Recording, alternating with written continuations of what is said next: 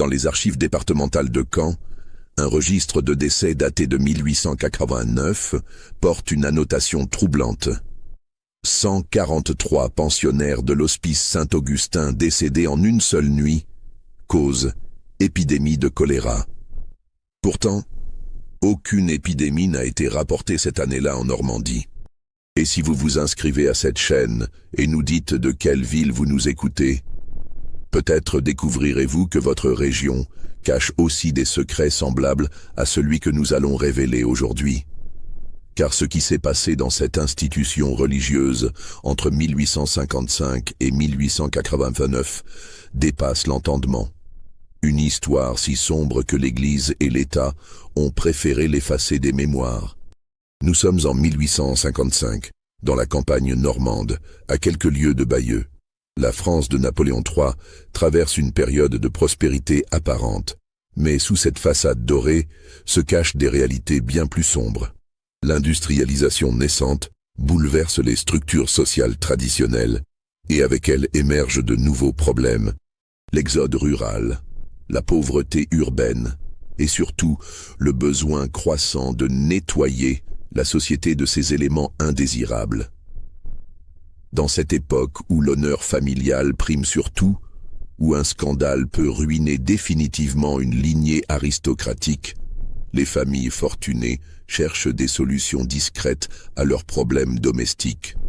L'État, de son côté, encourage toute initiative privée qui décharge les pouvoirs publics de leurs responsabilités sociales. Quant à l'Église, elle voit dans ses œuvres charitables un moyen de regagner l'influence perdue depuis la Révolution.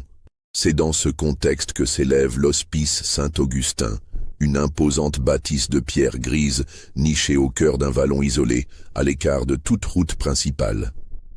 Le domaine s'étend sur près de 100 hectares de terres agricoles, entourées de hauts murs de pierre qui masquent les activités de l'institution aux regards indiscrets.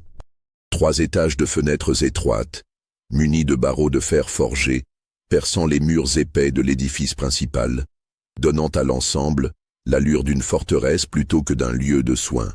La façade principale, ornée d'une croix de fer forgée de 3 mètres de haut et d'une statue de Saint-Augustin, aux traits érodés par les intempéries, présente une architecture sobre mais imposante. Les ailes est et ouest, ajoutées successivement au bâtiment originel, s'étendent sur 2 étages supplémentaires, reliés au corps principal par des galeries couvertes aux voûtes gothiques. Derrière l'édifice s'étendent les communs, cuisines, lingerie, ateliers et surtout les fameux jardins qui feront plus tard parler d'eux. L'institution est dirigée par la famille de Brissac, une lignée de petits nobles désargentés qui a trouvé dans la charité chrétienne un moyen de redorer son blason et de remplir ses coffres. Arnaud de Brissac, patriarche âgé de 53 ans en cette année 1855, descend d'une famille de gentilshommes campagnards ruinés par les guerres révolutionnaires. Grand homme sec, aux cheveux prématurément blanchis, il arbore une barbe grisonnante soigneusement taillée et un regard perçant de couleur acier qui ne trahit jamais ses pensées. Ses mains, longues et osseuses, portent encore la bague à l'écusson familial, seul vestige tangible d'un passé plus glorieux. Sa femme, Marguerite de Brissac-née-du-Bois, est la fille d'un riche négociant du Havre qui a fait fortune dans le commerce triangulaire avant d'investir dans les premières filatures normandes. Femme de 48 ans, au physique avenant mais au caractère de fer, elle apporte à l'union non seulement la fortune nécessaire au fonctionnement de l'hospice, mais aussi les relations indispensables dans le monde des affaires et de l'administration. Son salon parisien qu'elle tient rue Saint-Honoré est fréquenté par des personnalités influentes du régime impérial.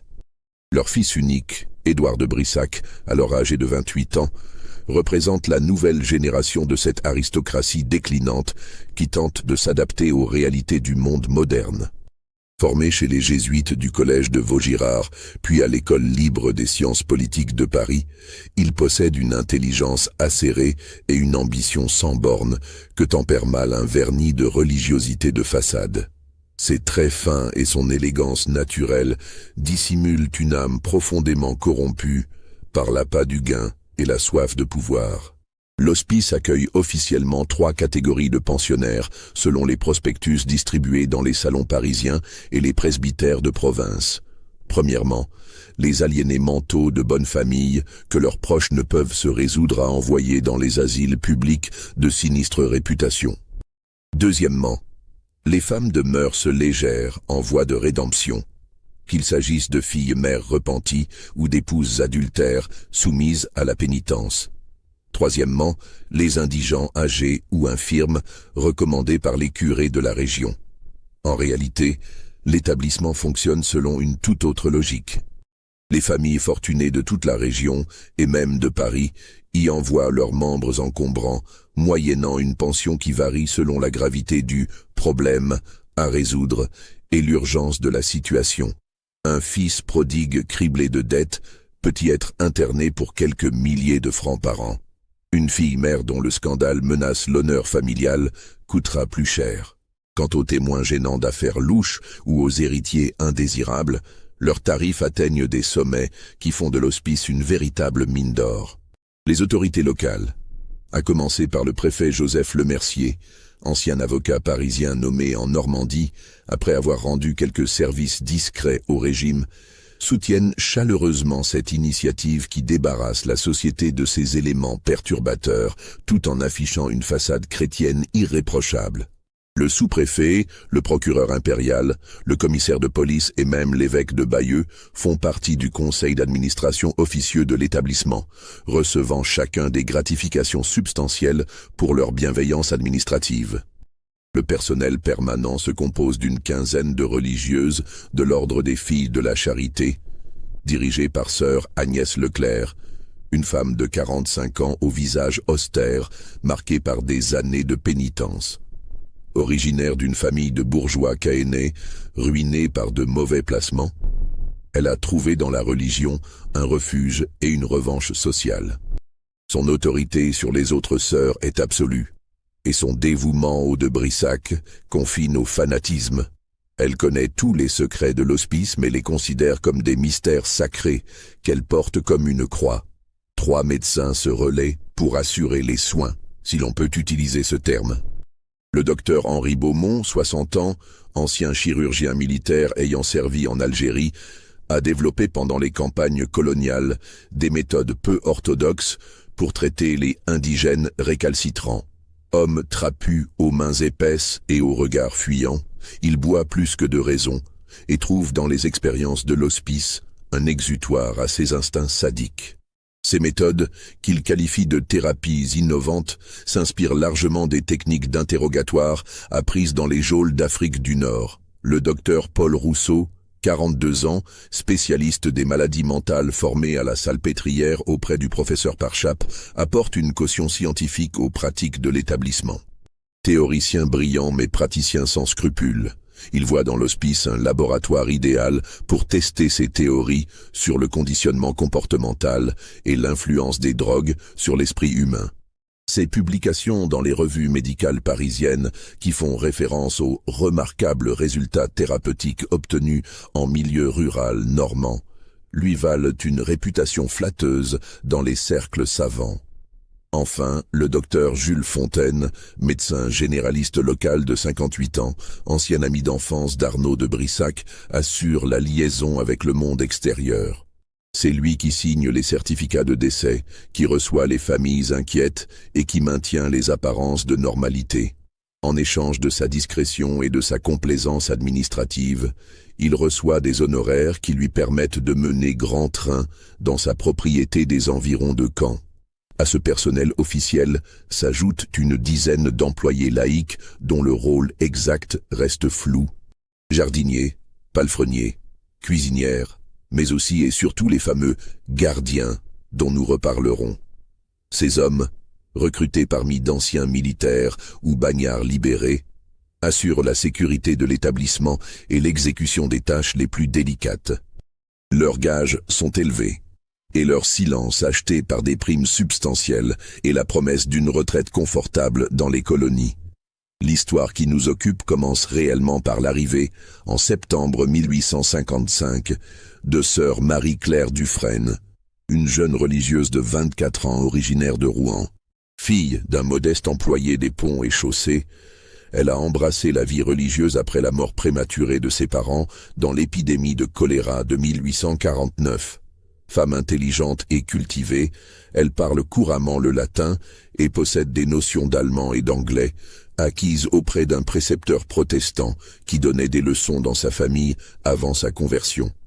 Fraîchement sortie du noviciat de la maison mère de Paris, elle a été affectée à l'hospice sur demande express d'Arnaud de Brissac, qui entretient des relations privilégiées avec la supérieure générale de l'ordre.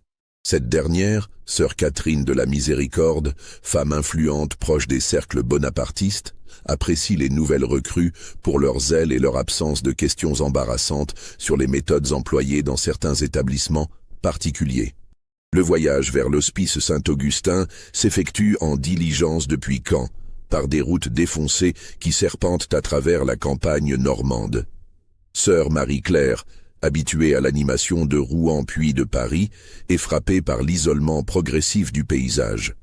Les derniers kilomètres se parcourent sur un chemin de terre bordé de haies impénétrables, et c'est seulement au détour d'un virage que surgit la silhouette imposante de l'hospice, dressée contre un ciel bas chargé de nuages.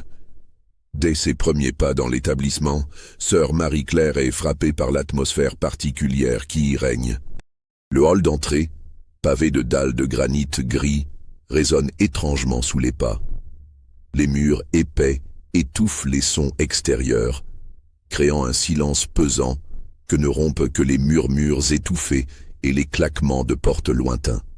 L'odeur qui flotte dans l'air mêle l'encens des offices religieux, les effluves de cuisine collective et quelque chose de plus indéfinissable qui évoque vaguement l'éther et les produits de pharmacie. Sœur Agnès Leclerc accueille la nouvelle arrivante avec une cordialité de façade qui masque mal une méfiance instinctive. Pendant la visite des lieux, elle multiplie les recommandations et les mises en garde déguisées en conseils bienveillants. Notre hospice accueille des cas particuliers, ma sœur. Des âmes tourmentées qui demandent beaucoup de patience et de discrétion. Il ne faut pas s'étonner de certaines manifestations. L'important est de garder foi en la providence et de se souvenir que nous servons une cause supérieure. Les pensionnaires, au nombre d'une centaine environ selon le registre consulté ce jour-là, semblent effectivement étrangement dociles. Ils se déplacent lentement dans les couloirs carrelés de faïence blanche, le regard vide, fixé sur un point invisible devant eux. Leur démarche traînante et leurs gestes mécaniques évoquent davantage des automates que des êtres humains. Quand ils répondent aux ordres du personnel, c'est avec une obéissance mécanique qui n'a rien de naturel, comme si leur volonté propre avait été abolie. Les femmes, vêtues de robes grises uniformes sans aucun ornement, occupent l'aile est du bâtiment. Leurs cheveux, coupés courts et cachés sous des coiffes blanches, donnent à leurs visages émaciés une apparence androgyne troublante. Elles passent leur journée à des activités répétitives, couture, tricot, confection de chapelets, toujours sous la surveillance rapprochée des religieuses. Quand sœur Marie-Claire tente d'engager la conversation, elle n'obtient que des réponses monosyllabiques ou des sourires vides d'expression. Les hommes, dans l'aile ouest, semblent dans un état similaire. Vêtus de blouses bleues délavées, ils s'activent aux travaux des champs ou dans les ateliers avec la même absence d'initiative personnelle. Leurs visages burinés par les intempéries portent tous cette même expression absente. Ce regard éteint qui transforme des individus en ombre d'eux-mêmes. Le premier repas pris dans le réfectoire commun achève de troubler sœur Marie-Claire. Les pensionnaires mangent dans un silence complet, sans échanger le moindre regard, comme si chacun évoluait dans une bulle invisible qui l'isolait du monde extérieur. Le menu, composé d'une soupe aux légumes, de pain noir et d'un morceau de fromage, est consumé machinalement, sans plaisir apparent ni même vraie faim. Plusieurs pensionnaires laissent leurs assiettes à demi pleines, indifférents à la nourriture comme au reste. Quand sœur Marie-Claire s'enquiert auprès de sœur Agnès de la cause de cette léthargie généralisée, celle-ci lui répond laconiquement que c'est là l'effet bénéfique des traitements innovants du docteur Beaumont. Ces pauvres âmes arrivent ici dans un état d'agitation extrême, rongées par leurs démons intérieurs. Grâce aux soins éclairés de nos médecins, elles trouvent enfin la paix. N'est-ce pas là un miracle de la science moderne au service de la charité chrétienne? Cette explication, pour rassurante qu'elle se veuille, ne convainc guère sœur Marie-Claire. Son instinct lui dit que quelque chose cloche profondément dans cet établissement, mais elle n'arrive pas encore à identifier la nature exacte du problème. C'est en consultant les registres d'admission, dans le cadre de ses nouvelles fonctions de secrétaire adjointe, qu'elle va commencer à entrevoir la vérité. Les semaines qui suivent l'arrivée de sœur Marie-Claire sont consacrées à sa prise de fonction et à l'apprentissage des routines de l'hospice. Ces journées commencent à 5 heures du matin, par les laudes dans la chapelle, un petit édifice néo-gothique annexé au bâtiment principal et décoré de vitraux aux couleurs ternes qui filtrent à peine la lumière extérieure. L'office, présidé par l'abbé Gustave Bonnet, ancien aumônier militaire reconverti dans la direction spirituelle d'établissements spécialisés, se déroule dans une atmosphère de recueillement forcé, où les pensionnaires présents semblent plus absents que jamais. Après un petit déjeuner frugal pris dans le réfectoire des religieuses, sœur Marie-Claire rejoint le bureau administratif situé au premier étage de l'aile principale. Cette pièce austère, meublée de quelques tables de bois sombre et d'armoires métalliques, abrite les archives de l'établissement, registres d'admission et de sortie, dossiers médicaux, correspondance avec les familles, comptabilité. C'est là qu'elle va progressivement découvrir les anomalies qui caractérisent le fonctionnement de l'hospice. Le premier élément troublant concerne les admissions. Contrairement à ce qui se pratique dans les établissements similaires, l'hospice Saint-Augustin ne reçoit jamais de pensionnaires par décision administrative ou judiciaire. Tous sont internés sur demande expresse de leur famille, moyennant le versement d'une pension dont le montant varie considérablement selon des critères qui échappent à sœur Marie-Claire. Certains dossiers mentionnent des sommes dérisoires, quelques centaines de francs par an, tandis que d'autres font état de versements considérables, plusieurs milliers de francs, parfois complétés par des donations en nature, propriétés foncières, actions industrielles, bijoux de famille. Plus troublant encore, les motifs d'internement révèlent une créativité administrative qui laisse songeur.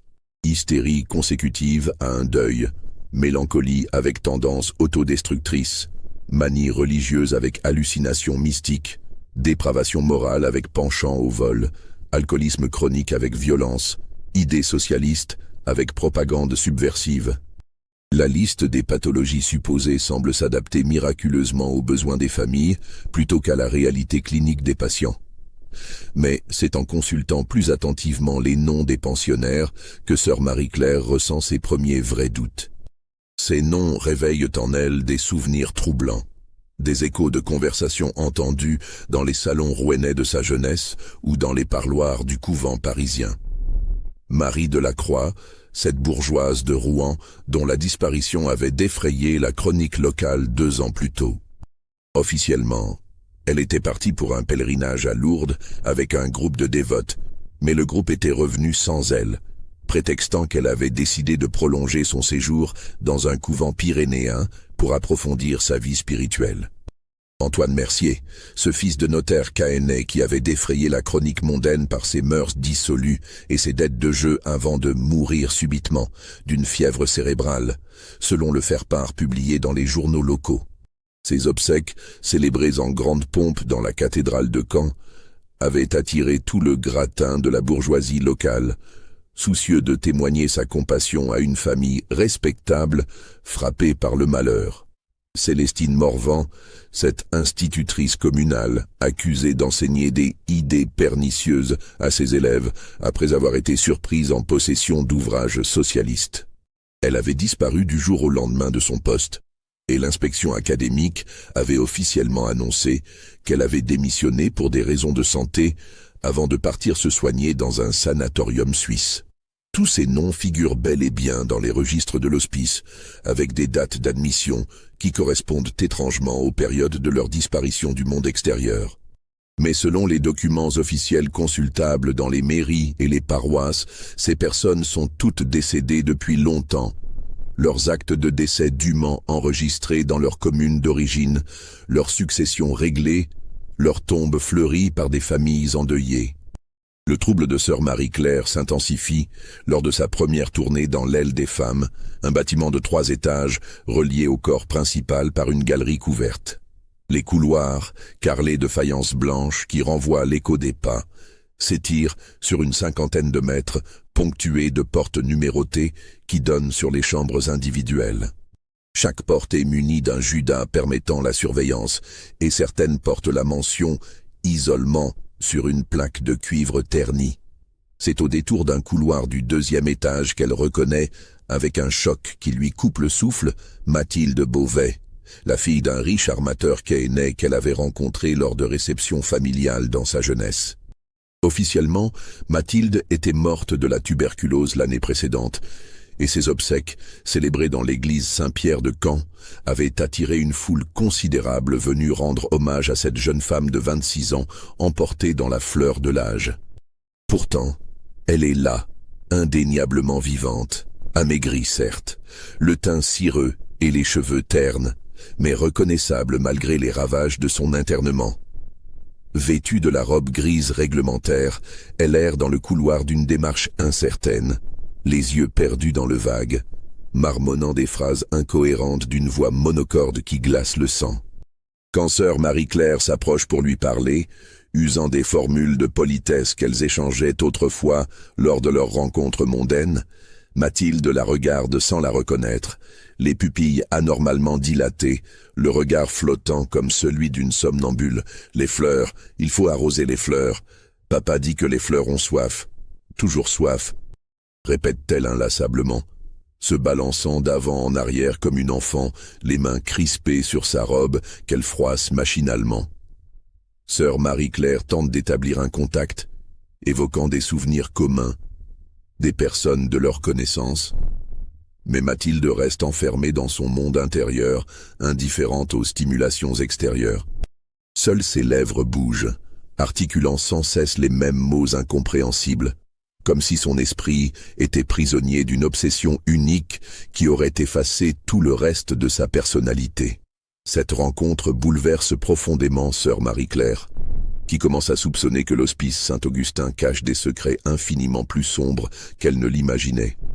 Si Mathilde Beauvais est vivante alors que sa famille et toute la société la croient morte, combien d'autres pensionnaires sont-ils dans le même cas ? Et surtout, par quel mécanisme diabolique ces gens peuvent-ils mourir officiellement tout en continuant à végéter entre les murs de cet établissement ?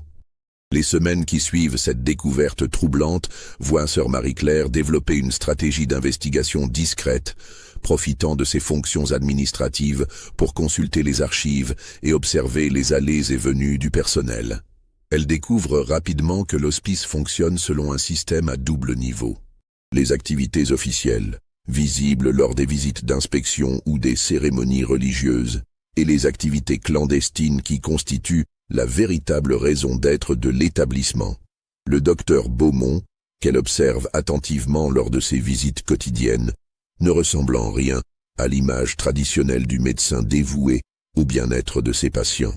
Homme trapu aux cheveux grisonnants toujours mal peignés, il dégage une odeur permanente d'alcool et de produits chimiques qui prend à la gorge. Ses mains épaisses, aux ongles souvent douteux, manipulent ses instruments avec une brutalité qui n'a rien de médical. Mais c'est son regard qui frappe le plus. Des yeux petits et perçants d'un bleu délavé qui semblent évaluer chaque personne rencontrée comme un spécimen d'étude plutôt que comme un être humain. Ces consultations, qu'elle parvient à observer discrètement depuis le couloir, relèvent davantage de l'interrogatoire que de l'examen médical. Les patients, amenés un par les gardiens, subissent des manipulations physiques qui les font gémir de douleur, suivies d'injections pratiquées sans ménagement dans diverses parties du corps. Le docteur Beaumont prend des notes détaillées dans un carnet personnel qu'il garde toujours sur lui, annotant apparemment les réactions de chaque sujet à ses traitements. Sœur Marie-Claire remarque également la présence de 2 hommes qu'elle n'avait pas vus lors de sa visite d'arrivée. Ces individus, qu'elle surnomme mentalement les gardiens, apparaissent régulièrement dans les couloirs, toujours ensemble, se déplaçant avec la démarche caractéristique d'anciens militaires. L'un, surnommé le Breton par les autres employés, est un colosse aux cheveux roux et à la barbe hirsute, aux mains énormes marquées de cicatrices qui évoquent des combats au couteau. L'autre, le Parisien, plus petit mais tout aussi inquiétant, porte sur le visage les stigmates de la variole et dans le regard la froideur de ceux qui ont vu trop de violence. Ces hommes portent des tabliers de cuir tachés de substances indéterminées et dégagent une odeur âcre de produits chimiques mêlés à quelque chose de plus organique et de franchement nauséabond. Ils accompagnent régulièrement le docteur Beaumont dans ses déplacements, portant des mallettes métalliques dont le contenu teinte sinistrement à chaque pas. Leur rôle exact échappe à sœur Marie-Claire, mais leur simple présence suffit à faire régner un climat de terreur muette parmi les pensionnaires. Un événement particulier va éclairer sœur Marie-Claire sur les véritables activités de l'hospice. Un matin d'octobre, elle assiste depuis la fenêtre de son bureau à l'arrivée d'une voiture fermée aux vitres occultées par des rideaux noirs. Plusieurs hommes en descendent, portant entre eux une forme enveloppée dans une bâche qu'ils transportent directement vers l'arrière du bâtiment, évitant soigneusement l'entrée principale et les regards indiscrets. Intriguée, elle décide de mener sa propre enquête. Profitant de l'office du soir, pendant lequel l'attention générale se concentre sur la chapelle, elle se faufile vers l'arrière de l'hospice, là où elle a vu disparaître les mystérieux visiteurs. Elle découvre alors l'existence d'une entrée secondaire, une porte métallique dissimulée derrière un massif de lauriers, qui donne accès à un escalier de pierre descendant vers les sous-sols. Cette découverte la trouble profondément. Pourquoi l'hospice aurait-il besoin d'une entrée secrète? Et que peuvent bien contenir ces sous-sols dont personne ne lui a jamais parlé? Sa curiosité piquée au vif, elle décide d'explorer ces mystérieuses profondeurs lors de sa première occasion. L'occasion se présente une semaine plus tard, lors d'une soirée où une violente tempête d'automne s'abat sur la région. Les hurlements du vent couvrent tous les bruits et l'électricité étant coupée, l'hospice baigne dans la lueur vacillante des bougies et des lampes à pétrole. Profitant de cette confusion, sœur Marie-Claire s'empare d'une bougie et se dirige vers l'escalier secret qu'elle a repéré. La descente dans les sous-sols lui révèle un monde souterrain dont elle ne soupçonnait pas l'existence. L'escalier de pierre, aux marches usées par un passage fréquent, descend sur une quinzaine de mètres avant de déboucher sur un long couloir voûté creusé dans le roc. L'air y est vicié, chargé d'humidité et d'odeurs indéfinissables qui prennent à la gorge et soulèvent le cœur. Le couloir dessert une série de salles dont les portes, munies de judas et de systèmes de verrouillage complexes, évoquent davantage les geôles d'une prison que les chambres d'un établissement de soins. Derrière ces portes, sœur Marie-Claire perçoit des gémissements sourds, des murmures incohérents, parfois des sanglots étouffés qui témoignent de souffrances inimaginables. Dans l'une de ces salles, dont la porte est restée entr'ouverte, elle découvre un spectacle qui la glace d'horreur. Une dizaine de personnes, hommes et femmes mélangés, gisent sur des paillasses souillées, dans un état de délabrement physique et mental qui défie l'entendement. Certaines sont attachées par des sangles de cuir au montant métallique de leur couche de fortune. D'autres errent dans l'espace exigu en se balançant d'avant en arrière, le regard perdu dans un monde intérieur dont elles semblent ne plus pouvoir sortir. L'une de ces créatures, un homme d'une quarantaine d'années au crâne à demi rasé et aux vêtements en lambeaux, lève vers elle des yeux suppliants où brille encore une lueur de conscience. Sa bouche s'ouvre et se ferme sans émettre de son, comme s'il avait oublié l'usage de la parole. Puis soudain, d'une voix rauque qui semble venir d'outre-tombe, il articule péniblement « Sortez-moi d'ici. Je ne suis pas fou. Ils m'ont dit que j'étais mort. Ma femme croit que je suis mort. Mes enfants pleurent sur ma tombe. » Ces paroles, prononcées avec une lucidité déchirante au milieu de ce cauchemar, frappent sœur Marie-Claire comme un coup de massue. Elle comprend soudain que ces ombres humaines ne sont pas des malades mentaux ordinaires, mais des victimes d'un système qui les maintient artificiellement dans cet état d'abjection. Terrifiée par sa découverte, elle remonte précipitamment vers les étages supérieurs, le cœur battant à tout rompre, poursuivie par les gémissements de ces damnés qui semblent l'implorer de les délivrer de leur calvaire. Cette vision la hante pendant des jours. Elle tente de retrouver l'accès aux caves, mais découvre que la porte secrète est désormais solidement verrouillée, gardée en permanence par l'un des deux gardiens qui semble avoir été posté là, spécialement pour dissuader les curieux. Quand elle questionne sœur Agnès sur l'existence de ces sous-sols, prétextant avoir entendu des bruits étranges, celle-ci lui lance un regard glacial où perce une menace à peine voilée. Il y a des endroits dans cette maison où une jeune religieuse n'a pas à mettre les pieds, déclare-t-elle sèchement, sa voix habituellement suave prenant des accents métalliques. Ces lieux abritent des mystères qui dépassent votre entendement et votre vocation. Concentrez-vous sur vos devoirs et oubliez ce que vous croyez avoir vu. Pour votre propre bien, ma sœur, et pour celui de votre âme immortelle. Cette menace à peine déguisée ne fait qu'attiser la curiosité de sœur Marie-Claire. Elle comprend qu'elle a mis le doigt sur quelque chose d'énorme, un secret si terrible que même une religieuse expérimentée comme sœur Agnès préfère le taire plutôt que de risquer d'y être mêlée.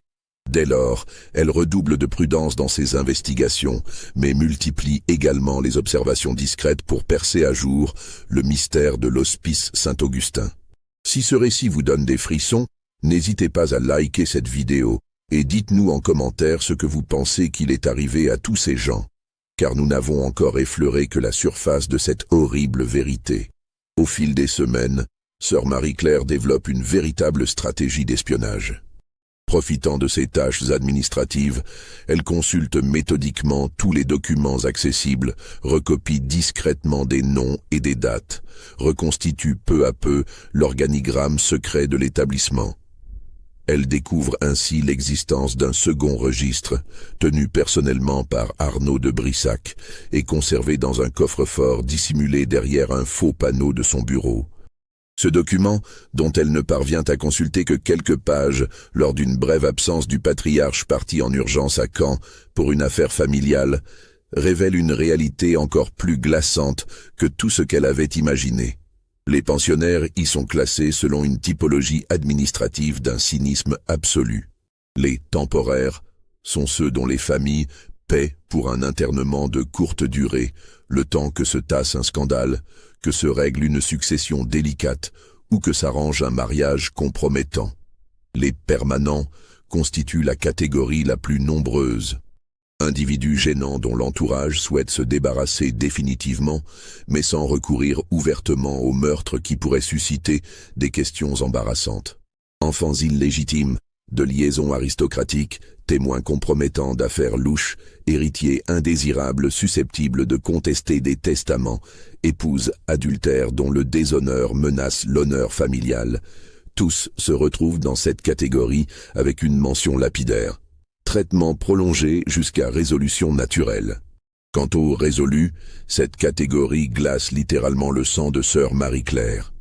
En face de ces noms, une simple mention manuscrite de la main d'Arnaud de Brissac, transférée au jardin. Cette expression énigmatique revient régulièrement dans les annotations, toujours associée à des dates récentes, et à des noms qui disparaissent ensuite définitivement des registres courants. Intriguée par cette mention récurrente, sœur Marie-Claire entreprend d'explorer systématiquement les vastes terrains qui entourent l'hospice. Le domaine s'étend sur près de 100 hectares de terres agricoles et forestières, entrecoupées de jardins d'agrément et de potagers qui fournissent une partie de la nourriture consommée dans l'établissement. Mais c'est la partie la plus reculée de cette propriété qui attire son attention. Derrière le bâtiment principal, au-delà des communs et des ateliers, s'étend un parc aux allures de cimetière, parsemé de stèles modestes portant des inscriptions latines qui évoquent davantage des épitaphes que des décorations horticoles. Requiescat in pace, in memoriam, finis coronat opus. Ces formules funéraires, gravées dans la pierre tendre de Caen, jalonnent des allées soigneusement entretenues où la végétation pousse avec une vigueur suspecte. Ce qui frappe sœur Marie-Claire, c'est la partie la plus reculée de ce jardin, là où cessent les allées pavées et où commence une zone apparemment abandonnée à la nature sauvage. Le sol y semble régulièrement retourné, comme si on y pratiquait des cultures particulières, et l'herbe y pousse d'un vert plus sombre, plus riche, nourri par des éléments organiques qui ne doivent rien aux engrais habituels. Un matin de printemps 1856, alors qu'elle aide au potager dans le cadre de ses tâches domestiques, sœur Marie-Claire fait une découverte macabre qui va définitivement éclairer le sens de l'expression « transférée au jardin ». En bêchant la terre pour planter des légumes destinés à la cuisine de l'hospice, sa houe heurte quelque chose de dur qui résiste à l'outil. Dégageant soigneusement la terre meuble, elle met au jour un fragment d'os humain, jauni par le temps mais parfaitement reconnaissable. Puis un autre, puis d'autres encore. Horrifiée mais incapable de s'arrêter, elle continue à creuser et découvre bientôt les restes d'un squelette complet, mêlé à d'autres ossements qui témoignent de la présence de plusieurs corps enterrés dans cette parcelle. La révélation qui s'impose à elle dépasse l'entendement. Le potager de l'hospice, qui fournit les légumes servis quotidiennement aux pensionnaires survivants, est littéralement fertilisé par leurs prédécesseurs. Cette découverte la bouleverse au point qu'elle manque de s'évanouir sur place. Elle réalise que l'hospice Saint-Augustin n'est pas seulement un établissement où l'on fait disparaître les indésirables de la société, mais un véritable charnier où leurs dépouilles servent ensuite à nourrir ceux qui attendent leur tour. L'ironie macabre de cette situation, où les victimes consomment littéralement leurs prédécesseurs, révèle un niveau de perversité qui dépasse tout ce qu'elle avait pu imaginer. Dès lors, elle comprend le fonctionnement exact du système mis en place par les de Brissac. Les familles riches paient pour se débarrasser de leurs membres gênants, qui sont officiellement déclarés morts après un séjour plus ou moins long dans les caves de l'hospice. Les autorités locales ferment les yeux en échange de généreuses contributions aux œuvres publiques et de pots de vin substantiels. L'Église apporte sa caution morale à l'ensemble du système en bénissant les fausses sépultures et en célébrant les messes de requiem pour des morts qui continuent à agoniser dans les sous-sols. Mais sœur Marie-Claire va bientôt découvrir que le système est encore plus sophistiqué et plus horrible qu'elle ne le pensait. L'été 1856 lui apporte en effet une série de révélations qui vont définitivement lever le voile sur les pratiques de l'établissement. Un matin de juillet particulièrement chaud, elle assiste depuis la fenêtre de son bureau à l'arrivée d'une berline noire, aux armoiries partiellement effacées, mais encore reconnaissables comme celles d'une famille de la haute aristocratie normande. En descend un homme d'une cinquantaine d'années, élégamment vêtu d'un costume sombre de coupe parisienne, accompagné d'une jeune femme d'une vingtaine d'années, qui semble dans un état de grande détresse émotionnelle. La jeune femme, vêtue d'une robe de voyage froissée et les cheveux en désordre, pleure abondamment et supplie son compagnon d'une voix entrecoupée de sanglots. Même à distance, sœur Marie-Claire perçoit la détresse authentique de cette malheureuse qui semble pressentir le sort qui l'attend. L'homme, au contraire, affiche une froideur de marbre, consultant ostensiblement sa montre comme s'il s'agissait d'un rendez-vous d'affaires ordinaire plutôt que de l'internement de sa propre fille. La conversation qui s'engage entre cet homme et Arnaud de Brissac devant l'entrée principale de l'hospice, que sœur Marie-Claire parvient à surprendre en entr'ouvrant une fenêtre, révèle toute la mécanique sordide du trafic organisé par l'établissement. « Vous comprenez parfaitement la situation, monsieur de Brissac », dit l'homme en baissant la voix tout en jetant des regards inquiets autour de lui. « Ma fille a eu une conduite totalement inappropriée pour une jeune femme de notre rang, un enfant illégitime avec un roturier dont nous avons dû nous occuper discrètement, mais elle refuse catégoriquement de se repentir de cette faute. Au contraire, elle parle de cette liaison comme d'un grand amour romantique et menace de rejoindre cet individu. C'est absolument inacceptable dans une famille comme la nôtre. Vous le comprenez bien. » Arnaud de Brissac hoche la tête avec la compréhension d'un professionnel habitué à ce genre de confidence familiale. « Naturellement, monsieur le baron de Courteville. Nous avons la plus grande expérience de ces cas délicats qui demandent autant de discrétion que de fermeté. Votre fille bénéficiera de tous nos soins, spirituels et médicaux.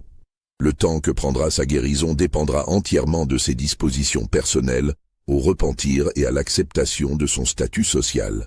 L'échange de l'enveloppe se fait avec la discrétion d'une transaction commerciale bien rodée, mais sœur Marie-Claire, cachée derrière les rideaux de sa fenêtre, ne perd rien de cette scène révélatrice.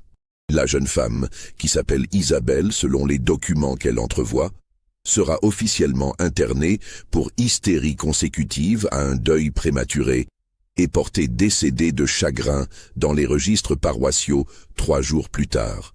Les semaines qui suivent l'internement d'Isabelle de Courteville permettent à sœur Marie-Claire d'observer de près le processus de traitement appliqué aux pensionnaires récalcitrants. La jeune femme, placée dans l'aile des cas difficiles, subit ce que le docteur Beaumont appelle ses thérapies correctives, un ensemble de pratiques qui relèvent davantage de la torture raffinée que de la médecine. Le traitement commence par un isolement complet dans une cellule capitonnée des sous-sols, où la patiente est privée de tout contact humain pendant plusieurs jours. Cette phase, destinée selon le docteur Beaumont à briser les résistances psychologiques, s'accompagne d'un jeûne quasi total qui affaiblit rapidement les défenses physiques et morales de la victime. Viennent ensuite les bains thérapeutiques, des immersions quotidiennes dans des cuves d'eau glacée additionnées de substances chimiques qui provoquent des réactions cutanées douloureuses. Ces séances, d'une durée croissante, sont censées purifier l'organisme des humeurs viciées, selon la terminologie pseudo-médicale employée par le praticien.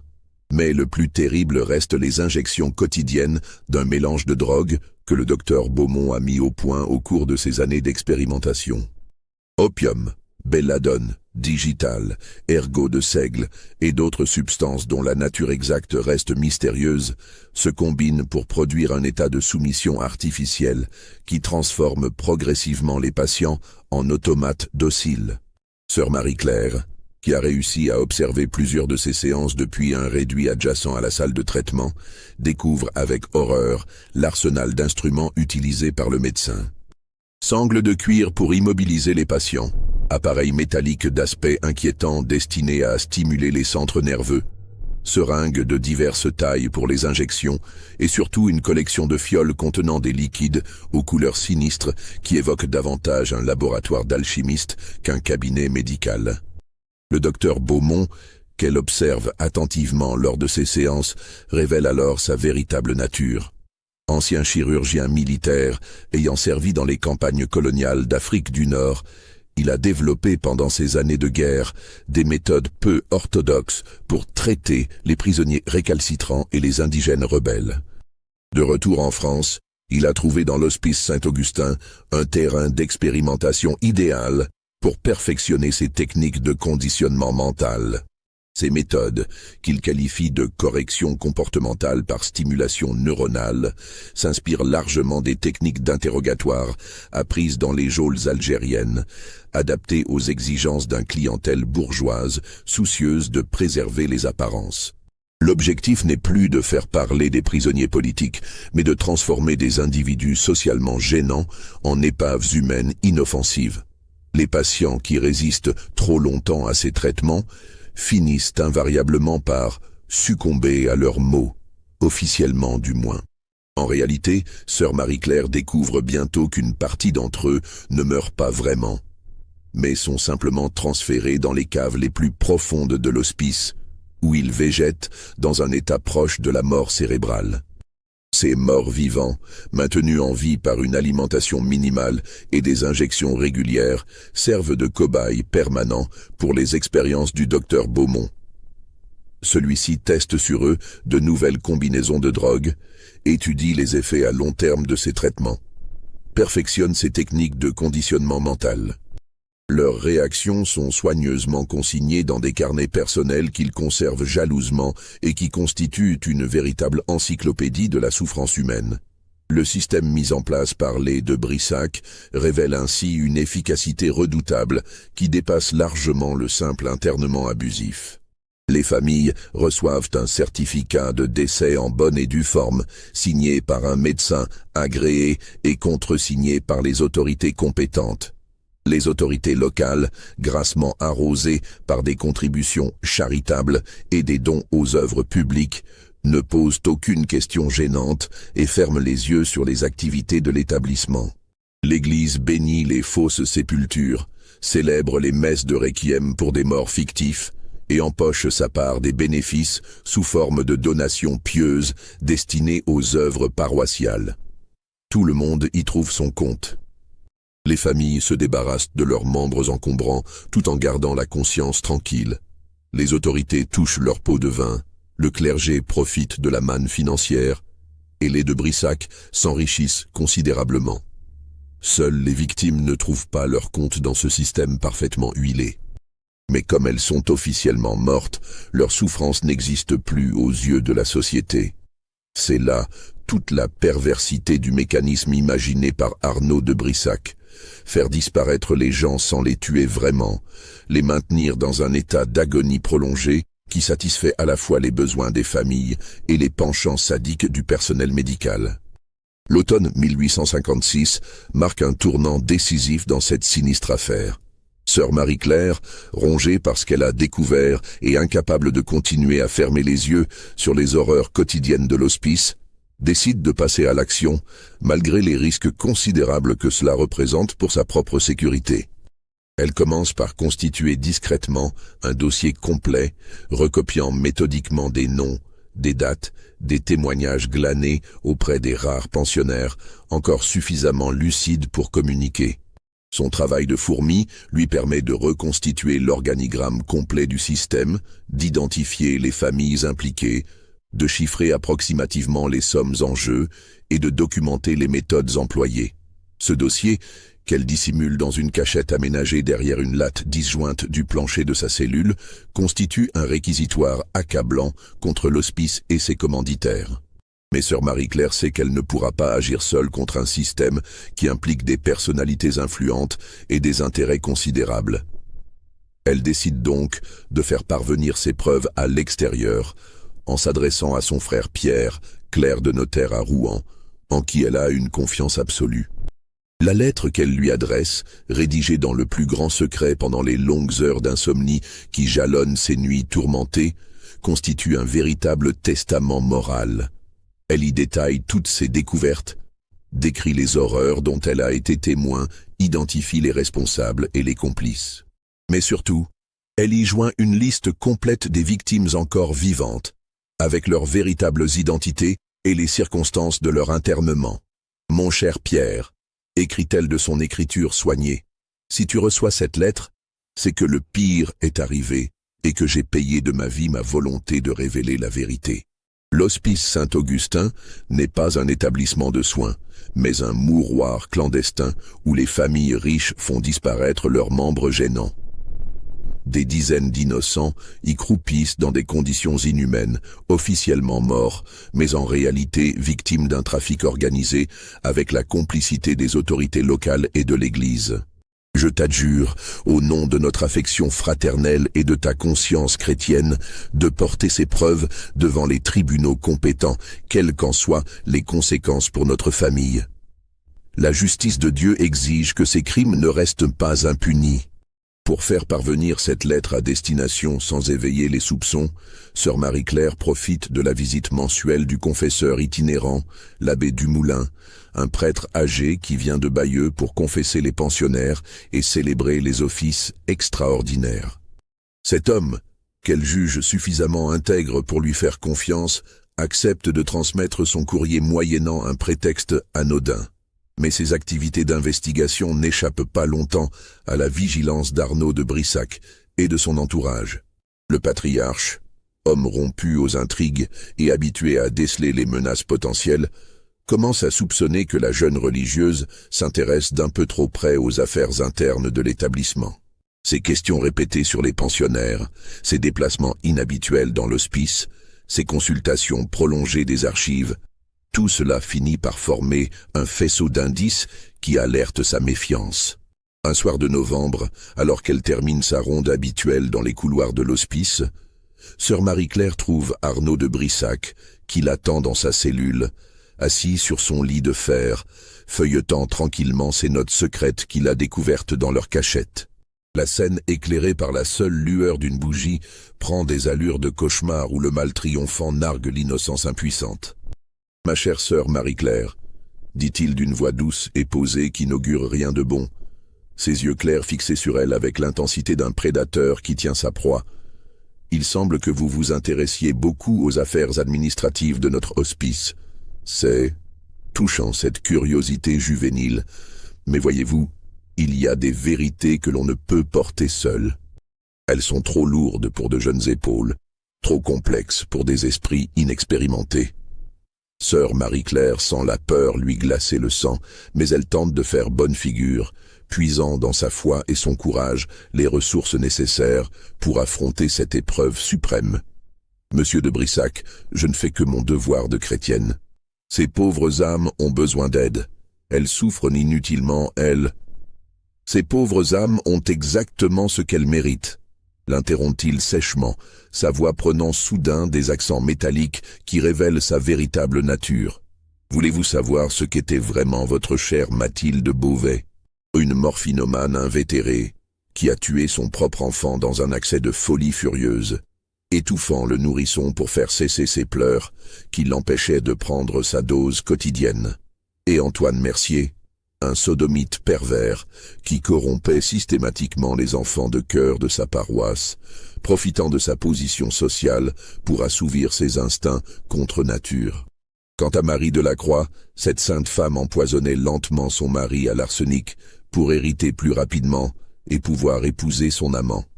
Il se lève lentement, s'approche d'elle avec la démarche féline d'un chat qui joue avec une souris, et sa voix se fait murmure chargée de menaces. Nous ne sommes pas des monstres, ma sœur. Nous sommes les gardiens silencieux de l'ordre social, les protecteurs discrets de la morale publique. Ces gens ne peuvent pas vivre normalement en société sans représenter un danger pour leurs semblables, mais leurs familles ne peuvent pas non plus supporter la honte de les voir traîner devant les tribunaux et flétris publiquement. Nous leur offrons une solution, élégante, discrète, qui préserve l'honneur de tous tout en protégeant la société. Mais les torturer, les maintenir dans cet état, balbutie sœur Marie-Claire, révoltée par cette logique perverse qui transforme le crime en œuvre charitable. Les torturer? Arnaud de Brissac éclate d'un rire sans joie qui résonne sinistrement dans la cellule exiguë. Qui parle de torture? Nous appliquons des traitements médicaux innovants, approuvés par les plus grands spécialistes de l'époque. Et puis, ces gens sont morts civilement, officiellement, légalement morts. Leurs familles peuvent porter leur deuil en paix, faire célébrer des messes pour le repos de leurs âmes, hériter de leurs biens sans contestation possible. La société est débarrassée de ces éléments perturbateurs, et eux, eh bien, ils existent quelque part, dans un état où ils ne peuvent plus nuire à personne. N'est-ce pas infiniment plus charitable que la potence, le bagne ou l'asile public? Cette logique perverse, qui transforme l'horreur en acte de charité et le crime en service social, révulse profondément sœur Marie-Claire. Mais elle comprend aussi qu'elle est désormais en grand danger face à un homme qui a consacré sa vie à perfectionner un système criminel et qui ne reculera devant rien pour le protéger. Arnaud de Brissac semble lire dans ses pensées avec la perspicacité de celui qui a l'habitude de manipuler les consciences. « Vous vous demandez sûrement quel sort nous vous réservons », dit-il en souriant avec une fausse bienveillance qui glace le sang. « Rassurez-vous, vous êtes bien trop jeune et trop pur pour mériter nos attentions particulières. Vous n'avez commis aucun crime contre la morale ou la société, mais votre état de santé mentale me semble préoccupant. Cette obsession malsaine pour nos pensionnaires, ces hallucinations que vous décrivez, cette tendance à voir du mal partout. Le docteur Beaumont pense qu'un repos complet dans un environnement protégé vous ferait le plus grand bien. Le piège se referme inexorablement. Sœur Marie-Claire réalise qu'elle va subir le même sort que ceux qu'elle tentait de sauver. Devenir à son tour une pensionnaire de l'hospice, officiellement soignée pour troubles mentaux, mais en réalité réduite au silence par les méthodes éprouvées du docteur Beaumont. Mais elle a encore un atout dans sa manche, une assurance qu'elle a pris la précaution de mettre en place. Avant de prendre des décisions irréparables, monsieur de Brissac, dit-elle en affectant un calme qu'elle est loin de ressentir, vous devriez savoir que j'ai fait parvenir à mon frère, clerc de notaire à Rouen, une lettre détaillée contenant toutes mes découvertes. Cette lettre porte instruction de la remettre aux autorités judiciaires si je venais à mourir subitement ou à être déclarée folle. Mon frère est un homme méticuleux qui s'inquiétera rapidement si je cesse de correspondre avec lui. Cette révélation frappe Arnaud de Brissac comme un coup de massue. Pour la première fois depuis le début de cette confrontation, elle voit une fêlure dans son assurance, une lueur d'inquiétude dans son regard, habituellement si maître de lui. Il comprend instantanément que le système si bien huilé qu'il a patiemment construit au fil des années risque de s'effondrer comme un château de cartes si cette lettre compromettante parvient aux mauvaises personnes. Les enjeux sont colossaux. L'Hospice Saint-Augustin traite chaque année plusieurs dizaines de cas, rapportant des centaines de milliers de francs à ses gestionnaires. Les familles impliquées comptent parmi les plus influentes de France, de la petite noblesse de province aux grands banquiers parisiens. Les complicités s'étendent jusqu'aux plus hautes sphères de l'administration impériale. Un scandale de cette ampleur pourrait ébranler le régime lui-même. S'ensuit une négociation tendue qui va durer plusieurs heures, ponctuée d'offres, de contre-offres, de menaces voilées et de marchandages sordides. Arnaud de Brissac tente d'abord la corruption, proposant à sœur Marie-Claire une somme considérable pour acheter son silence et sa collaboration. Devant son refus indigné, il essaie l'intimidation, évoquant les accidents qui peuvent survenir dans un établissement isolé, les maladies soudaines qui frappent parfois les religieuses trop curieuses. Finalement, acculé par la menace que représente cette lettre compromettante, il semble accepter un compromis. Sœur Marie-Claire révélera où se trouve le document en échange de sa liberté immédiate et de la libération d'au moins une partie des prisonniers des caves. L'accord semble conclu quand Arnaud de Brissac lui tend la main pour sceller leur pacte, mais c'est sans compter sur l'intervention d'Édouard de Brissac. Le fils, dont l'ambition et la cruauté dépassent largement celle de son père, a assisté à toute la scène depuis le couloir, dissimulé dans l'ombre. Contrairement à Arnaud, qui garde encore quelques scrupules hérités de son éducation aristocratique, Édouard appartient à cette nouvelle génération d'hommes d'affaires sans état d'âme pour qui seul compte le profit. La perspective de voir s'effondrer l'empire financier qu'il espère hériter lui est insupportable. Durant la nuit qui suit cette confrontation, il prend une décision radicale. Profitant du sommeil de sœur Marie-Claire, épuisé par cette épreuve, il se glisse dans sa cellule, accompagné du docteur Beaumont. Ensemble, ils administrent à la jeune religieuse une dose massive de laudanum, officiellement pour calmer la crise nerveuse qu'elle traverse depuis quelques jours. Au matin, sœur Marie-Claire Dufresne est trouvée morte dans sa cellule, victime selon le certificat médical signé par le docteur Beaumont d'une défaillance cardiaque consécutive à un dérangement mental aigu. Ces obsèques, célébrées dans la chapelle de l'hospice en présence de toute la communauté, donnent lieu à des homélies touchantes sur cette jeune âme emportée prématurément par le zèle excessif qu'elle mettait à servir les déshérités. Mais Édouard de Brissac a commis une erreur fatale. Dans sa précipitation à éliminer le témoin gênant, il n'a pas pu récupérer la fameuse lettre que sœur Marie-Claire avait fait parvenir à son frère. Cette lettre, accompagnée d'instructions précises, parvient effectivement à Pierre Dufresne qui, alerté par la nouvelle de la mort subite de sa sœur, décide de mener sa propre enquête. L'enquête menée par Pierre Dufresne va révéler l'ampleur extraordinaire du scandale de l'Hospice Saint-Augustin. Homme méticuleux et obstiné, fort de son expérience de clerc de notaire, il consacre 6 mois de sa vie à reconstituer patiemment le puzzle criminel dont sa sœur lui a légué les pièces principales. Ses investigations le mènent d'abord dans les archives notariales de toute la Normandie, où il découvre une série troublante de successions bâclées, de testaments suspects, d'héritages contestés puis mystérieusement acceptés. Les noms figurant sur la liste établie par sœur Marie-Claire correspondent à autant de dossiers où des héritiers gênants ont disparu au moment crucial du règlement successoral.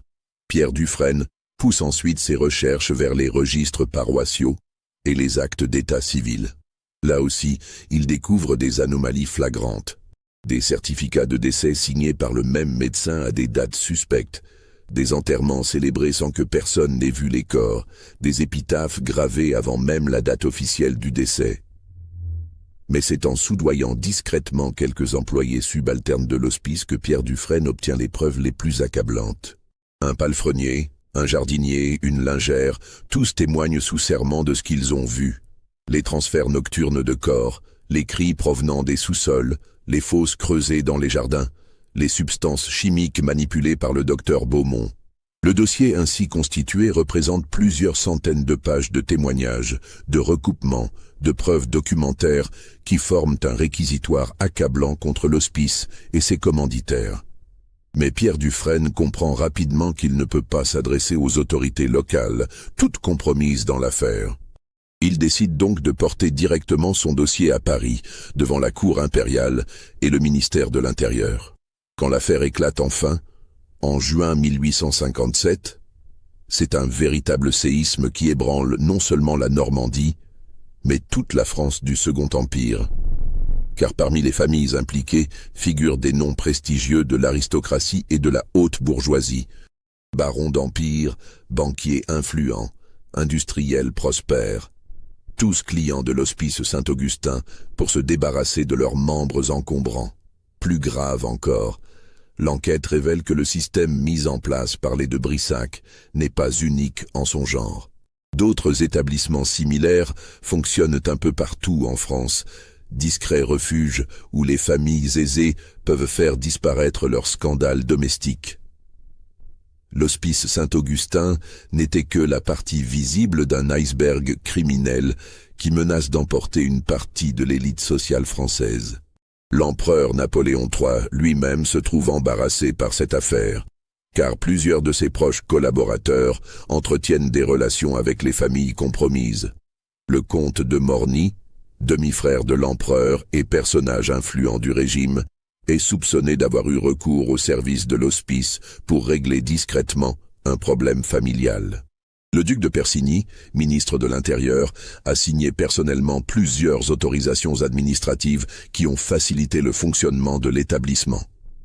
Face à ce scandale d'une ampleur extraordinaire, le pouvoir impérial adopte la stratégie classique de l'étouffement contrôlé. Il faut des coupables pour satisfaire l'opinion publique, mais pas trop, pour ne pas écabousser les personnalités importantes. Il faut de la vérité, mais pas toute la vérité, pour préserver la stabilité du régime. La solution adoptée est caractéristique de l'époque. Un procès à huis clos, où seuls comparaîtront les responsables directs, tandis que les commanditaires et les complices de haut rang échapperont aux poursuites, moyennant leur collaboration avec la justice. Arnaud de Brissac et le docteur Beaumont sont arrêtés discrètement et jugés par un tribunal militaire siégeant en secret à Paris. Le procès, qui dure 3 semaines, révèle dans le détail l'horreur du système mis en place à l'hospice.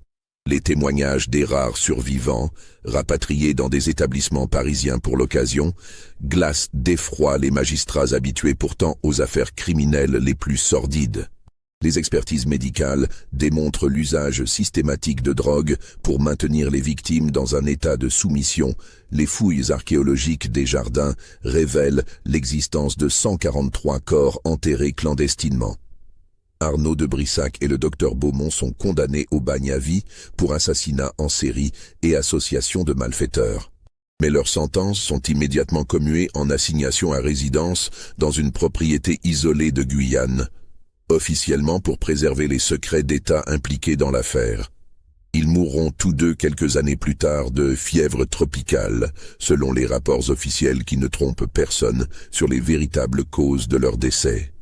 Édouard de Brissac, lui, échappe complètement aux poursuites.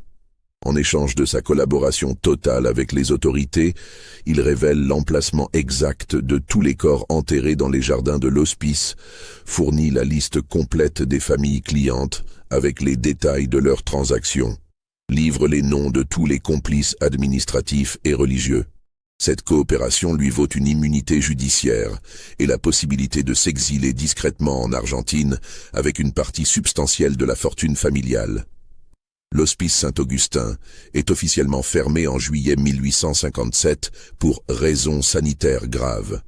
Les quelques 70 pensionnaires encore vivants, découverts dans les caves lors de la perquisition finale, sont discrètement répartis dans d'autres établissements à travers la France. La plupart, trop affaiblis par des années de drogue et de mauvais traitements, ne survivront pas longtemps à leur transfert. Seule une dizaine d'entre eux, les plus résistants, parviendront à retrouver un semblant de vie normale après des mois de soins intensifs. Quant aux corps découverts dans les jardins, ils font l'objet d'une exhumation méthodique dirigée par des experts parisiens. 143 squelettes sont dénombrés, correspondant exactement aux chiffres mentionnés dans le mystérieux registre de décès de 1889 que nous évoquions au début de ce récit. Car cette épidémie de choléra de 1889 n'a jamais existé. Elle était simplement le moyen trouvé par les autorités pour expliquer officiellement, 30 ans après les faits, la mort de toutes ces personnes quand il devint impossible de maintenir plus longtemps la fiction de leurs existences séparées. Le processus d'identification des victimes s'avère long et délicat. Beaucoup de corps sont trop dégradés pour permettre une reconnaissance formelle, d'autres portent des traces de violence qui témoignent des sévices subis avant la mort. Les familles concernées sont discrètement contactées par les autorités. Celles qui le souhaitent peuvent récupérer les restes de leurs proches pour des obsèques tardives, mais enfin dignes.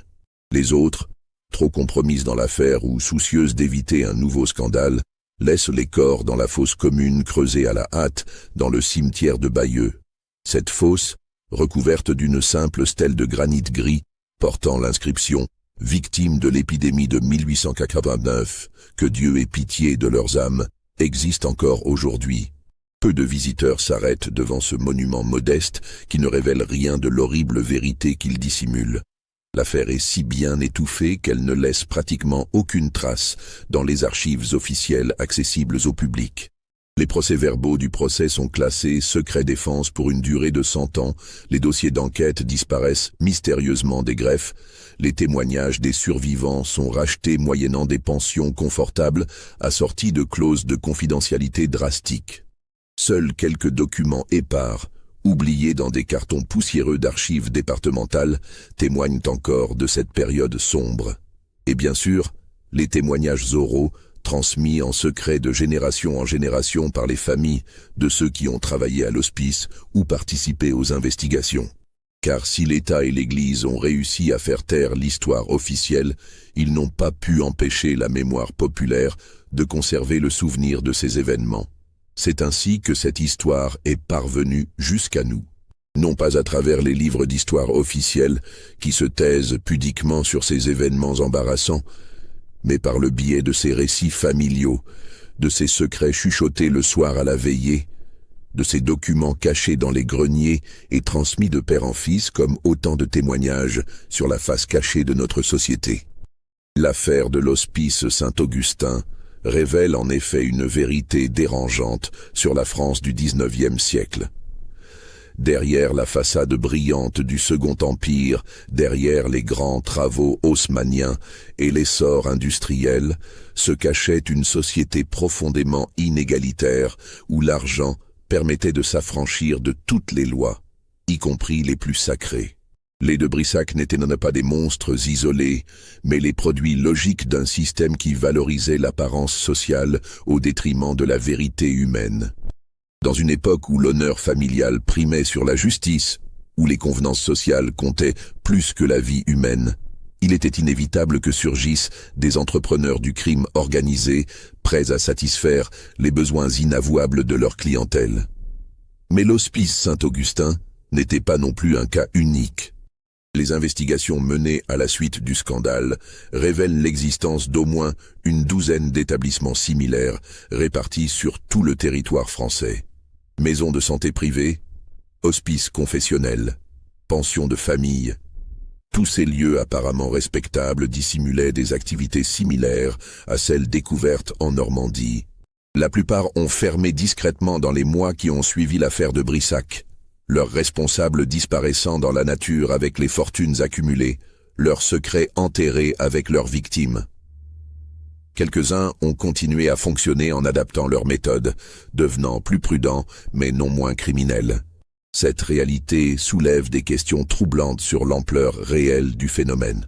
Combien de familles françaises ont eu recours à ces services? Combien d'individus ont ainsi disparu de la société sans laisser d'autres traces que des actes de décès falsifiés? Combien d'établissements de ce type fonctionnent encore aujourd'hui, sous d'autres formes, dans d'autres pays? Car l'histoire de l'Hospice Saint-Augustin n'appartient pas seulement au passé. Elle révèle des mécanismes sociaux intemporels. Le besoin des puissants de faire disparaître leurs problèmes. La corruption des institutions chargées de protéger les faibles. L'indifférence générale au sort des victimes quand elles appartiennent aux catégories sociales méprisées. Aujourd'hui encore, dans notre monde globalisé où l'argent circule librement et où les frontières s'effacent, il serait naïf de croire que de telles pratiques ont complètement disparu. Elles ont simplement évolué, s'adaptant aux nouvelles technologies et aux nouveaux contextes géopolitiques. Les hospices clandestins du XIXe siècle ont peut-être cédé la place à d'autres formes de disparitions organisées, tout aussi discrètes et tout aussi efficaces. Et vous, après avoir écouté ce récit troublant, que pensez-vous? Croyez-vous que toute la vérité sur l'Hospice Saint-Augustin ait été révélée? Ou pensez-vous que d'autres secrets dorment encore dans les archives, attendant qu'une main curieuse les découvre? Dites-le nous en commentaire, abonnez-vous à cette chaîne pour d'autres récits de ce genre, et partagez cette histoire avec ceux qui, comme vous, s'intéressent aux mystères les plus sombres de notre passé. Car après tout, si vous vous rendez aujourd'hui dans cette région de Normandie, vous ne trouverez plus aucune trace de l'Hospice Saint-Augustin. Le bâtiment a été rasé en 1890 et une ferme moderne a été construite sur son emplacement. Les jardins ont été retournés, les caves comblées, les traces matérielles de cette tragédie effacées avec un soin méticuleux. Mais les anciens du pays, ceux dont la mémoire familiale remonte à cette époque troublée, vous diront que parfois, les soirs de brouillard quand le vent souffle de l'ouest, on entend encore des gémissements monter de la terre, comme si les victimes de cette tragédie tentaient encore de raconter leur histoire, de témoigner de l'injustice subie, de réclamer la justice qui leur fut refusée. Ces témoignages, qu'on peut évidemment attribuer à l'imagination populaire et aux légendes rurales, posent néanmoins une question essentielle. Dans un monde où les puissants ont toujours les moyens de faire taire les gêneurs, où l'apparence sociale compte souvent plus que la vérité, qui peut garantir que l'Hospice Saint-Augustin n'était qu'un vestige du passé et non un précurseur de pratiques qui perdurent encore aujourd'hui? Cette interrogation, mes chers auditeurs, nous vous la laissons, car certaines vérités sont trop troublantes pour être affirmées avec certitude. Elles ne peuvent qu'être murmurées dans l'ombre, en espérant que ceux qui les entendent sauront en tirer les leçons qui s'imposent. Peut-être qu'un jour, quelqu'un d'autre reprendra le flambeau de sœur Marie-Claire Dufresne, cette jeune religieuse courageuse qui a payé de sa vie sa volonté de révéler la vérité. Peut-être qu'un jour, tous les secrets de ces lieux maudits seront enfin mis au jour, toutes les victimes identifiées, tous les coupables châtiés. En attendant, souvenons-nous de son sacrifice et de celui de tous ces inconnus qui ont péri dans l'ombre des hospices, des asiles et des autres institutions qui prétendaient les soigner alors qu'elles ne faisaient que les faire disparaître. Car c'est là, peut-être, la leçon la plus importante de cette histoire. Dans une société où l'hypocrisie règne, où les apparences comptent plus que la réalité, les victimes les plus vulnérables sont toujours celles qui n'ont pas de voix pour crier leur souffrance. Et c'est à nous, aujourd'hui, de nous assurer que cette voix ne soit plus jamais étouffée, que la mémoire de ces crimes ne sombre pas dans l'oubli, que l'histoire de l'Hospice Saint-Augustin serve d'avertissement pour les générations futures. Car qui sait, peut-être que parmi vous qui m'écoutez aujourd'hui, certains descendront de familles qui ont été mêlées à cette affaire d'un côté ou de l'autre. Peut-être que dans vos greniers dorment des documents, des lettres, des témoignages qui pourraient éclairer d'un jour nouveau cette tragédie oubliée. Si tel est le cas, n'hésitez pas à nous en faire part, car l'histoire ne s'écrit pas seulement dans les livres officiels, mais aussi dans ses mémoires familiales, ses archives privées, ses secrets transmis de génération en génération. Et c'est en croisant tous ces témoignages que nous pourrons peut-être un jour reconstituer la vérité complète sur l'Hospice Saint-Augustin et sur tous ces lieux semblables qui ont jalonné notre histoire. En attendant, gardons présent à l'esprit que derrière les façades les plus respectables peuvent se cacher les réalités les plus sombres et que la vigilance citoyenne reste le meilleur rempart contre la résurgence de telles horreurs.